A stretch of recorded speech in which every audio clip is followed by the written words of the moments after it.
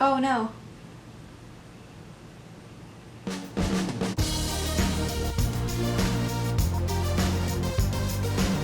Hello everyone, my name is Stephanie and welcome back to my channel. So today we are going to be doing the mid-year book freakout tag. And am I like a tiny bit late?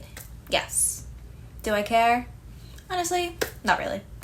So I thought I would start with giving you all a little update on where I'm at with my reading goals for the year. So my books read goal is 50 and I'm currently at 44, so I'm super close to that. My page goal is 10,000 and I am currently at 12,484, so I have surpassed that, which is super awesome. And I've also surpassed my hours goal for audiobooks, so my goal was 100 hours and I'm currently at 118.7. So that is 2 out of my 3 goals this year that I've met so far, and I will definitely be meeting that third one, so that is super awesome. And also, I currently have 106 books on my physical TBR right now, so from the last time you heard, it was at 120, so I've read 14 from there, which is like pretty good because that was only a couple of months ago. So I'm giving myself that win. I'd say that's pretty good. So next, I wanted to tell you all what I'm currently reading, which is 4 different books. I know. It's a lot. So we have Bunny by Mona Awad. I believe, 123 pages into this. I just got to part 2, so about 30%. The Picture of Dorian Gray by Oscar Wilde. I am 58 pages into this, and I believe, I don't know, looks like 30%, right? It's about 30%. The Tyrant's Tomb from the Trials of Apollo series by Rick Riordan, which is the 4th book in the installment, and I am 103 pages into this, so that is about like 20% there, I'd probably say. And on digital format, I'm also reading On Earth We're Briefly Gorgeous by Ocean Vuong, and that I believe I have about 50 pages in, which is like 20-ish%. Okay, so that was my little update. Now let's officially get into the tag. Question number 1 is the best book you've read so far, and this is by far, without a doubt, Tomorrow and Tomorrow and Tomorrow by Gabrielle Zevin. If you watched my Asian Readathon video, I just completely raved about this, like, non-stop essentially. I had to cut so much out of that video because I just wouldn't shut up about it. This is just by far the best book this year, definitely, and it has literally made my top 10 books of all time. I don't want to say top 5 just in case, but it is definitely in the top 10. I just not stopped thinking about this. I stayed up all night reading it, which I usually don't do. I read it in about 24 hours, and it has really stuck with me. This is so unlike anything else I've read this year. Just so incredible. I do want to give an honorable mention to Wash Day Diaries by Jamila Rouser and Robin Smith. This was just so incredible. One of the best, if not the best, graphic novel I have ever read. It was just amazing, from the characters to the art style to just the things they talk about to the relationships. I mean, it was just quite literally perfect, and I really hope there's more installments of it because I would absolutely love to read it, and I would literally recommend both of these books to anybody. They were just so good, so I had to give an honorable mention. Question number 2 is the best sequel you've read so far. I'm just going to go ahead and say the entire Kane Chronicles series. I guess The Red Pyramid doesn't count because it's the first book in the series, but even the rest of the series and even the first one was just literally so good. I might even be so bold as to say it is my favorite Rick Riordan series. And it was the first book was really good. I was like, oh my god, how could the rest be better? And they just kept getting better and better. So I just really love these. I think I devoured them in a week, which is really fast for me. Question number 3 is new release you haven't read yet but want to. So I have a really huge list for this because I kept trying to pick certain ones, and I was but this one, and this one, and this one. So I will read that list to you, but first, the only one that I have physically is obviously The Sun and the Star by Rick Riordan. Definitely can't wait to read this. I'm going to finish The Trials of Apollo and Magnus Chase first before I get to this, but I'm so excited to read it, and I would definitely be reading it soonish.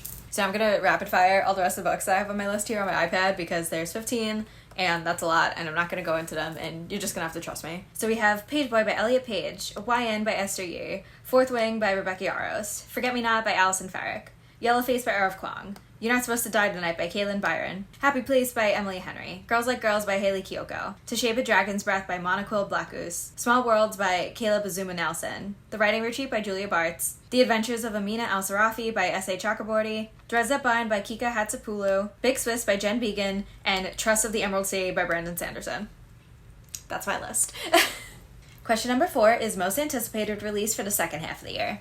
So I definitely don't have as many in this category, but I do have a few. I have 3. So the first one is very obviously Chalice of the Gods by Rick Riordan. Getting a new Percy Jackson book in the year of our Lord 2023 is just like fucking insane. So obviously I'm extremely excited about that one. However, it's only in the new covers, so now I might have to get the new covers for the original 5 books as well. But that is to be determined. It'll probably happen. It's fine. Another book that I'm really excited about is Iris Kelly Doesn't Date by Ashley Herring Blake. I absolutely loved Delilah Green Doesn't Care, as well as Asher Parker Doesn't Fail, and I'm sure that this one is gonna be just as good. Definitely can't wait for it. And the last one I'm really excited for is All These Sunken Souls, which is a black horror anthology with a bunch of different authors in it. And the reason I heard about this one is because Joel from Fictional Faith has a story in it. So I'm just like, first of all, very excited to read his writing, but also very excited to read some new black horror authors specifically, because I definitely need more of those. So that is just like one I'm just really excited for. Question number 5 is biggest disappointment. So for this one, I would definitely have to say Wilder Girls by Rory Power. This was, well, I was going to say by no means is it a bad book, but it's kind of a bad book. I went into a lot of detail in my video that is coming out next week. That is all the queer books I read during Pride Month. But basically what you need to know is the writing style just does not vibe with me. I didn't really care for the characters, and I wish there was more body horror, essentially. And the parts I did like were kind of overshadowed by, like, everything else that was wrong in the book. And this is a disappointment, because I originally picked this up because Leonie from the book Leo recommended it, and I have, like, pretty similar taste to her, I think. So I was like, oh, like, this is really cool, the cover's really cool, so, you know, maybe I'll like it.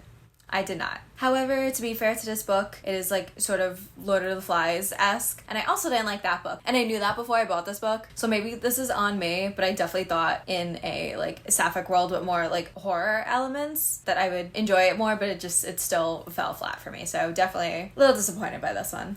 Question number 6 is your biggest surprise. So for this one, I'd probably say Fallen by Lauren Kate. So I actually picked this up for another video that will be coming out eventually in the future. But essentially what it is reading the first book in a series that I have on my shelf and seeing if I want to continue it. And this book is essentially one of those Twilight knockoffs that came out a little bit after like the craze of Twilight started. So I didn't think I was gonna like it, but I had read it in high school and remembered liking it, but also it makes sense that I would have eaten this up in high school, so I thought it could have just been I liked it because it was just like for my target age group essentially. However, I listened to the audiobook for this and I just had such a fun time. And like, was it objectively bad? Yeah, totally. But I had a lot of fun, and sometimes when a book is that fun, it completely overshadows any objectiveness for me, because not every book has to be like this fantastic literary treasure. I want to enjoy bad books from time to time, and this is definitely one of them. And it was definitely a surprise because I love it probably even more now than I did in high school. It was bad, but I loved it, and I'm okay with that. Question number 7 is favorite new author. So for this one, I don't really think I'd have authors that I consider like all-time favorites. I don't even really like tend to classify that much. So I'm gonna tell you are the authors whose books I really loved and has encouraged me to essentially pick up the rest of their backlog at this point. So I have 3 authors. So the first author that I have is Ashley Herring Blake, who wrote Ashford Parker Doesn't Fail. She also wrote Delilah Green Doesn't Care, which is one of my favorite books of 2022. I was just like actually in shock at how much I love them. And like I said before, her last book in that series is coming out at the end of this year, so I am like, I'm ready to go. I can't wait to read it. The next author I have is Amanda J. Tissa, who wrote My Sweet Girl. This is another one. I was just really surprised at how much I loved it. It had all of the horror elements that I really love, and for it to like almost play like one of my favorite horror movies really made an impact on me. And also the twist at the end was like chef's kiss. Absolutely one of my favorite things in horror that I don't see very often. So I was just like really happy about that. And she has one other book that came out, I believe last year. So I'm like, okay, that's pretty easy. Only one other book and I'll read her entire backlog. The last author I have is Kazuo Ishiguro, who wrote Clara and the Sun. And let me tell you, obviously I talked about this in the 2023 Asian Readathon video. Go watch it. The writing in this was literally just so incredible. And the way he just weaves things into the story through his writing is just so beautiful. And I will read anything this man writes because this was just really good. And half of the reason was because of his writing. Not a lot of people could write a story like this, I feel like. So because of that, I definitely want to pick up literally the rest of his backlog. Question 8 is newest fictional crush. I am so happy you asked. I have 2 for this one. First is Ashford Parker from Ashford Parker Doesn't Fail. I'm not gonna go into it, but she can boss me around whenever she wants. I'm just gonna leave it at that. And Alex Blackwood from She Gets the Girl. From that book, I feel like you're either a Molly or an Alex, and I'm definitely a Molly, so I love Alex. Like, it it just fits together. So she's definitely another one. She could also boss me around and tell me what to do whenever she wants.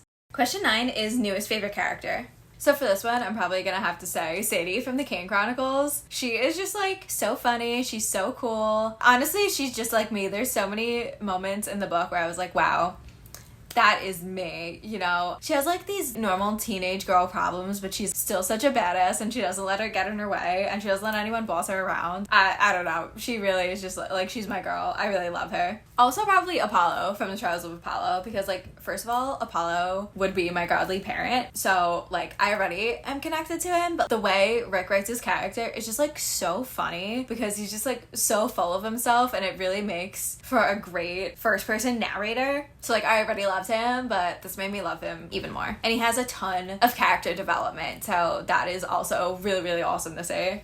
Question number 10 is a book that made you cry. So this is definitely Tomorrow. Once again, by Gabrielle Zevin. I can't tell you how many times I was sobbing throughout this book and for like long periods of time. And obviously I can't get into it because it's spoilers, but it was just literal like heaving, sobbing over this book. That's all you need to know. Also, honorable mention to The Running Maze by Rick Riordan. I don't know what it is, but Rick just loves to traumatize me with his third books in series. And this one was no different. And all I will say is, if you know, you know. And I sobbed, basically.